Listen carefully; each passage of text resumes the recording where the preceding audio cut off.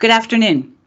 I'm Darlene Henson. I'm the Advancement Director here at Duchesne Academy, and it's my pleasure to spend some time with you this afternoon talking to you about capital campaigns, or what I like to think of as a story of stories. What is a capital campaign? Capital campaigns are the main way a school improves their facilities. And all campaigns begin with a need. Specifically, what do the students need that the current campus doesn't meet? Plans to address that need are then developed and costs are determined.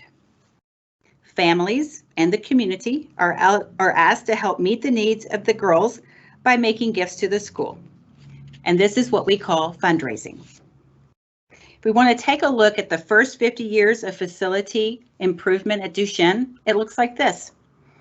In 1960, a chapel was added to the existing cottage. In 1961, a classroom building was built that had 5 classrooms, an office, and a multi-purpose room. In 1966 and in 1968, the first and second floors of our current academic building were built. The Lowry family was instrumental in these early building projects. In 1978, our gymnasium was built. In 1984, the Mary Catherine Hutchison Fine Arts Building was completed. In 1994, the new lower school building was constructed. And in 1997, the chapel was built. Why do people give to capital campaigns? They give because they believe in meeting the needs of our girls. They give because they believe in the Sacred Heart mission. They give because they are grateful for what the school did for their daughters or for themselves. And they give because they want to leave a legacy behind for their family by giving their name to a project that they helped fund. But why do people name buildings? People choose to name for a lot of reasons, but I think it's mostly to be remembered. So my presentation today is to tell you the stories our donors wanted remembered and shared. The stories I'll share are about the last 2 capital campaigns, the Reaching Up, Branching Out campaign, and then our Home Field Advantage campaign, the most recent one for our turf field. I'll start with the Reaching Up campaign. The Reaching Up, Branching Out campaign kicked off in 2009 and finished in 2014. This campaign funded our larger cafeteria, our new science building and libraries, the parking garage we all enjoy today, the front lobby, and the health clinic, among many other things. Some of the stories from this campaign I'd like to share are about the Shoemaker Godfrey Dining Hall, the heart of the campus, the Bergère Chapel of the Sacred Heart, and Burner Park. I'll start with the Shoemaker Godfrey Dining Hall. It's a tough name to say and an even tougher one to spell. I always remember there are 3 H's in Shoemaker. This also happens to be the saddest story I have to share today. The Shoemaker Godfrey Dining Hall is named after John and Paula Shoemaker, who encouraged the Religious of the Sacred Heart to select Houston for their Texas expansion in 1960. Their daughters both attended Sacred Heart schools. Deneen, their oldest, attended Manhattanville College, and Susan attended Duchesne. Later, Deneen and her husband Bill Godfrey would send their daughter Ellen to Duchesne. Deneen and Bill were both active parents at the school, and Bill served on our board.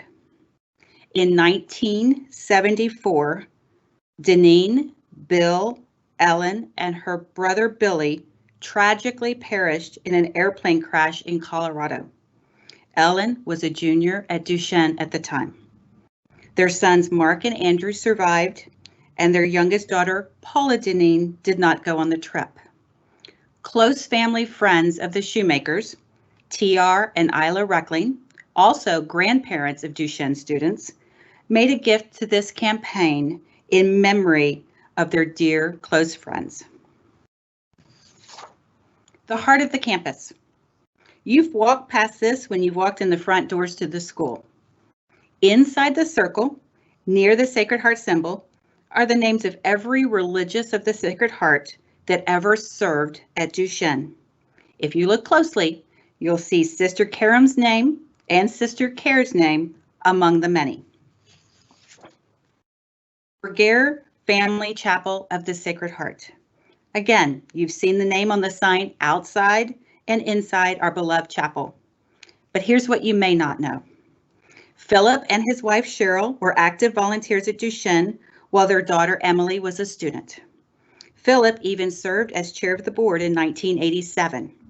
In fact, he was our first non-religious chairman of the board. Their daughter Emily graduated Duchesne in 1991 and followed in her father's footsteps by serving on the board from 2010 to 2016. Burner Park. You've asked yourself, what is Burner Park? Burner Park is named after Mary Lauren Miller's, class of 2013, great-grandmother, Ernestine Burner. Ernestine immigrated to Galveston in 1907 from Austria. She raised and educated 2 sons in Catholic schools, including St. Thomas High School. She remained faithful and positive throughout her life and died in 1991 at the age of 88. Now, our most recent capital campaign, our Home Field Advantage campaign, was for our turf field. On this site, we've successfully defended our state title in field hockey and kicked off lacrosse in middle school. As part of the campaign, the AG family chose to show their support for Duchesne student athletes, including their daughters Madeline and Harper, when they named the athletic complex. The AG family is deeply committed to Catholic education and their children's schools, Regis, Duchesne, and Strake Jesuit. Thank you so much for your time and attention this afternoon and for allowing me to share some important stories today.